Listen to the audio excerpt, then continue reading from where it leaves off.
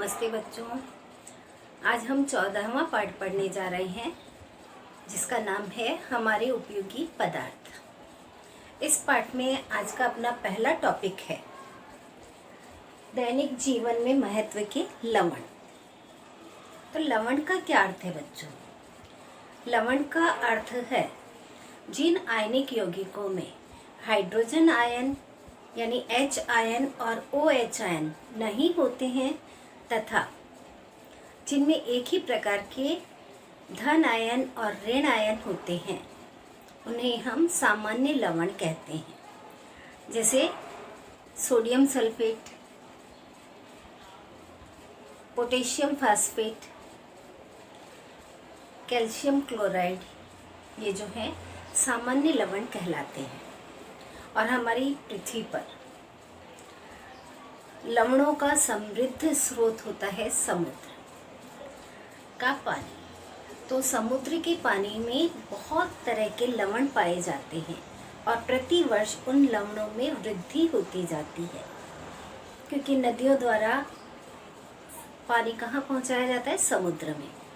समुद्र का पानी तो वाष्प बन के उड़ जाता है, परंतु लवण समुद्र में ही रहते हैं, तो लगातार उन लवणों की वृद्धि होती जाती है।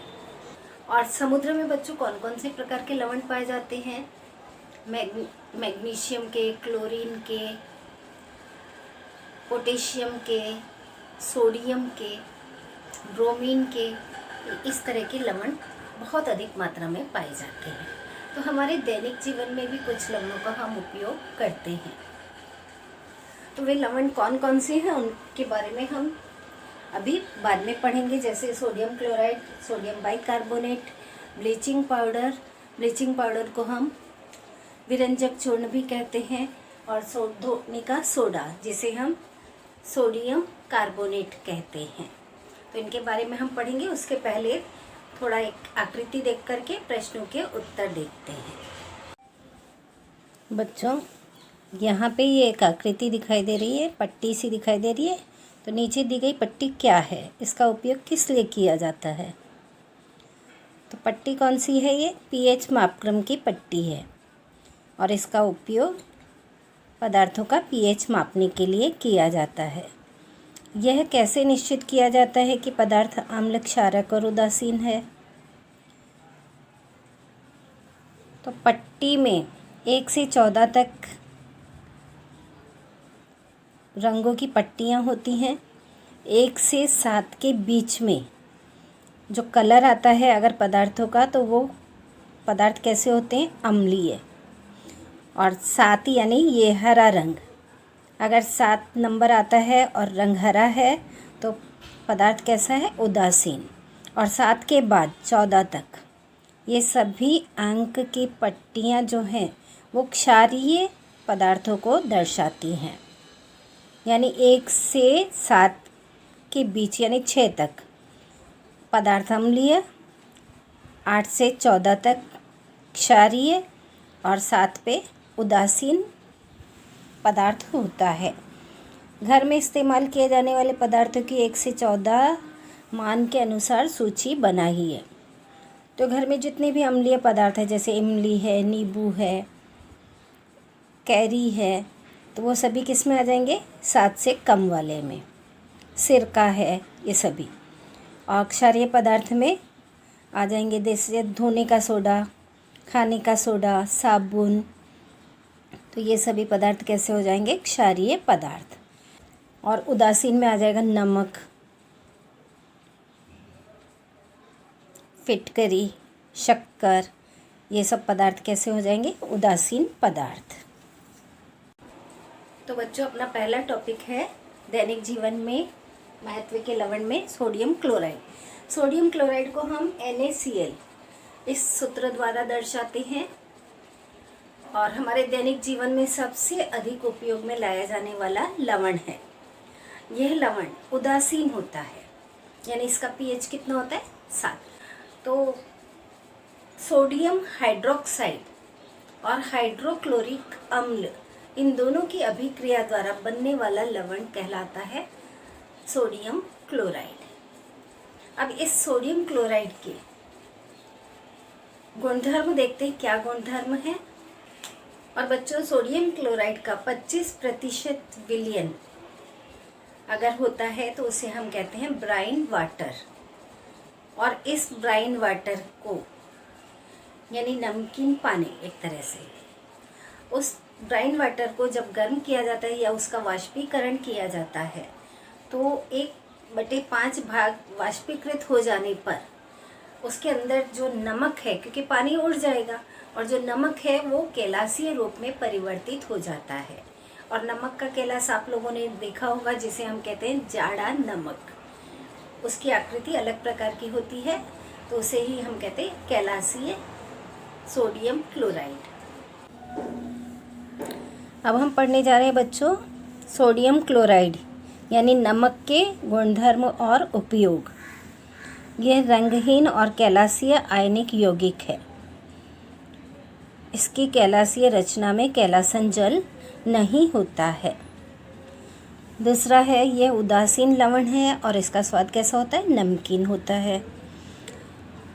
तीसरा है, इस यौगिक का उपयोग सोडियम कार्बोनेट, सोडियम बाइकार्बोनेट जैसे लवणों का निर्माण करने के लिए किया जाता है। चौथा है, सोडियम क्लोराइड के संतृप्त जलीय विलयन में से विद्युत धारा प्रवाहित करने पर उसका अपघटन होता है। ऋणाग्र पर हाइड्रोजन गैस के और धनाग्र पर क्लोरीन गैस के बुलबुले निकलते हैं।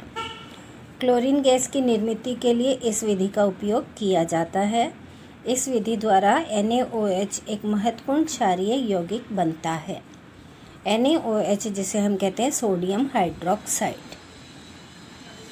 2NaCl + 2H2O gives 2NaOH + Cl2 + H2, यानी क्लोरीन गैस और हाइड्रोजन गैस बाहर निकलती है। तीर का निशान इस तरह से लगा है, इसका मतलब है ये गैस बाहर निकल रही है। अगला है, उच्च तापमान पर नमक को गर्म करने पर वह पिघलता है। इसे नमक की संगलित अवस्था कहते हैं। सामान्य तापमान पर यह नहीं पिघलता है। आप घर पे तवे पे गर्म करें, कढ़ाई में गर्म करें तो ये नहीं पिघलता है, वैसा का वैसा ही रहता है। परंतु उच्च तापमान पर अगर नमक को गर्म करते हैं तो वो पिघल जाता है। तो अवस्था को याद रखेंगे। पिघली हुई नमक को हम क्या कहते हैं? संगलित अवस्था। फिर संगलित नमक का अपघटन करने से धनाग्र पर क्लोरीन गैस और ऋणाग्र पर सोडियम प्राप्त होता है। द्रव रूपी सोडियम प्राप्त होता है। तो ये हो गए किसके बच्चों? सोडियम क्लोराइड के गुणधर्म और उनके। फिर अगला टॉपिक है बच्चों अपना सोडियम बाइकार्बोनेट, जिसका सूत्र होता है NaHCO3, जिसे हम खाने का सोडा भी कहते हैं। आपने देखा होगा केक, ढोकला, ब्रेड, पाव इत्यादि को रंध्रमय यानी छिद्रयुक्त बनाने के लिए जिस पदार्थ का उपयोग किया जाता है उसे कहते हैं सोडियम बाइकार्बोनेट, और ये सफ़ेद पाउडर के रूप में होता है। तो बच्चों अब हम देखेंगे सोडियम बाइकार्बोनेट के गुणधर्म और उपयोग। हाँ बच्चों, अब हम पढ़ने जा रहे हैं सोडियम बाइकार्बोनेट, जिसे हम कहते हैं खाने का सोडा। तो ये खाने के सोडे के गुणधर्म और उपयोग। तो खाने का सोडा जिसका सूत्र है NaHCO3, ये कैसा होता है? क्षारीय। और क्षार की विशेषता आपको मालूम है कि लाल लिटमस पत्र को नीला कर देता है। और तीसरा बच्चों लवण है ब्लीचिंग पाउडर, जिसे हम विरंजक चूर्ण भी कहते हैं, और इसका सूत्र होता है CaOCl2, कैल्शियम ऑक्सीक्लोराइड। तो ये आपने नाम तो सुना ही होगा ब्लीचिंग पाउडर का। साफ सफाई में इसका उपयोग किया जाता है। कहीं पर अगर काई वगैरह लग जाती है तो वहाँ की जगह को साफ करने के लिए ब्लीचिंग पाउडर का उपयोग किया जाता है। कपड़ों के दाग धब्बे छुड़ाने के लिए भी ब्लीचिंग पाउडर का उपयोग किया जाता है। तो हम ब्लीचिंग पाउडर के उपयोग को और उसके गुणधर्म को देखते हैं। ब्लीचिंग पाउडर जब कार्बन डाइऑक्साइड गैस के साथ उसकी अभिक्रिया कराई जाती है तो कैल्शियम कार्बोनेट प्राप्त होता है और क्लोरीन गैस मुक्त होती है। तो तो ये क्लोरीन गैस जो होती है रंग उड़ाने के काम आती है, और क्लोरीन गैस कीटाणु नाशक होने के कारण कीटाणुओं का भी नाश करती है। तो आपने देखा होगा पीने के पानी में भी ब्लीचिंग पाउडर को मिलाया जाता है निश्चित मात्रा में, जिसके कारण पानी के अंदर मौजूद कीटाणु नष्ट हो जाते हैं। तो कभी कभी आपने पीने के पानी में स्मेल आती हुई देखी होगी, दवा की गंध, तो क्लोरीन गैस की गंध होती है। और ब्लीचिंग पाउडर को कैसे तैयार किया जाता है? बुझा हुआ चूना, जिसे हम कैल्शियम हाइड्रोक्साइड कहते हैं, उस पर क्लोरीन गैस की क्रिया कराई जाती है, जिससे कैल्शियम ऑक्सीक्लोराइड यानी ब्लीचिंग पाउडर बनता है और पानी बनता है। तो बुझे हुए चूने पर क्लोरीन गैस की अभिक्रिया से ब्लीचिंग पाउडर का निर्माण किया जाता है। तो आइए देखते हैं हम ब्लीचिंग पाउडर के गुणधर्म और उपयोग। बच्चों, अब हम पढ़ने जा रहे हैं विरंजक चूर्ण के गुणधर्म और उपयोग। तो विरंजक चूर्ण, अभी जैसा कि मैंने बताया, उसका नाम, रासायनिक नाम होता है कैल्शियम ऑक्सीक्लोराइड। तो उसके और सूत्र होता है CaOCl2, जिसे हम ब्लीचिंग पाउडर भी कहते हैं। तो विरंजक चूर्ण पीला सफ़ेद रंग का ठोस पदार्थ होता है। दूसरा है, इसका रासायनिक नाम कैल्शियम ऑक्सीक्लोराइड है। इसमें बड़ी मात्रा में क्लोरीन की गंध आती है। जैसे ही ब्लीचिंग पाउडर को खोला जाता है उसमें से स्मेल आती है। वो किसकी गंध होती है? क्लोरीन गैस की। जल शुद्धिकरण केंद्रों में पीने के पानी के निर्जंतुकीकरण तथा तैरने के तालाबों के पानी के निर्जंतुकीकरण के लिए ब्लीचिंग पाउडर का उपयोग किया जाता है। अगला है, कपड़ों का विरंजन करने के लिए ब्लीचिंग पाउडर का उपयोग करते हैं। कपड़ों का विरंजन से मतलब है कपड़ों पर लगने वाले दाग धब्बे या रंग को हटाने के लिए ब्लीचिंग पाउडर का उपयोग किया जाता है। और ये सफ़ेद कपड़ों के लिए किया जाता है अधिकतर, क्योंकि सफ़ेद कपड़े पे लगने वाले दाग धब्बे इससे हट जाते हैं। उसके बाद अगला है,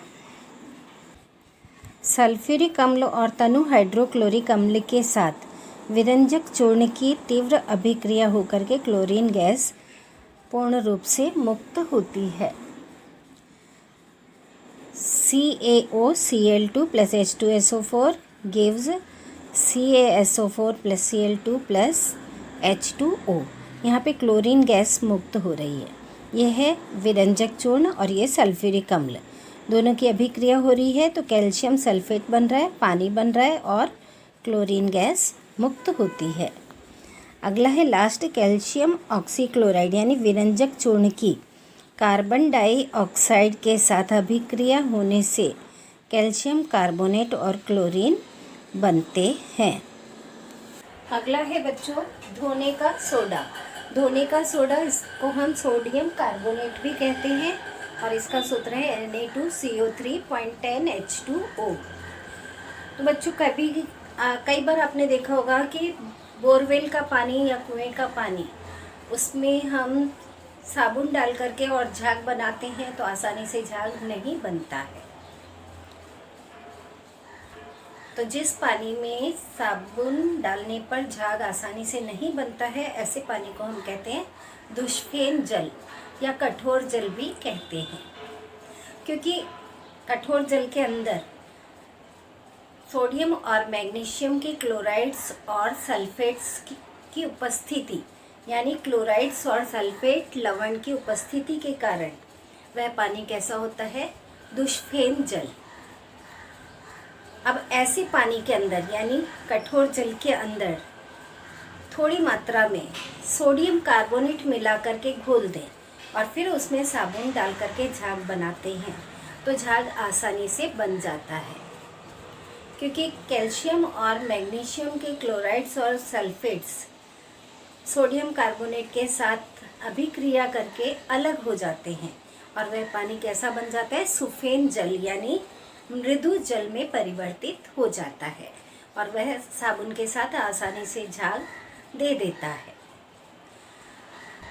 सोडियम कार्बोनेट जो कैलाशीय रूप में होता है, जिसमें 10 अणु पानी के होते हैं, जिसके कारण वह कैलाशीय रूप में होता है, परंतु उसे हवा में अगर खुला छोड़ दिया जाए तो उसका कैलासन जल उड़ जाता है, यानी उसमें से पानी निकल जाता है और वो किस रूप में आ जाता है, चूर्ण के रूप में आ जाता है। इसलिए हमें धोने का सोडा सफ़ेद चूर्ण के रूप में दिखाई देता है।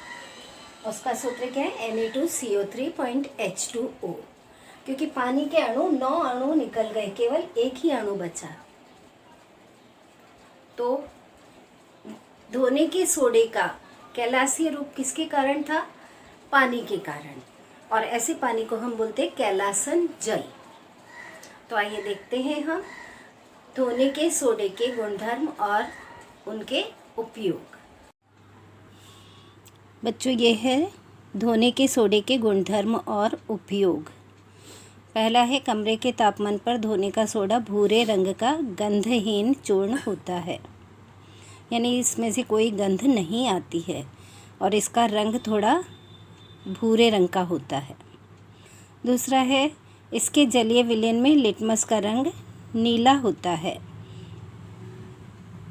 लिटमस का रंग नीला होता है यानी ये क्षारीय है।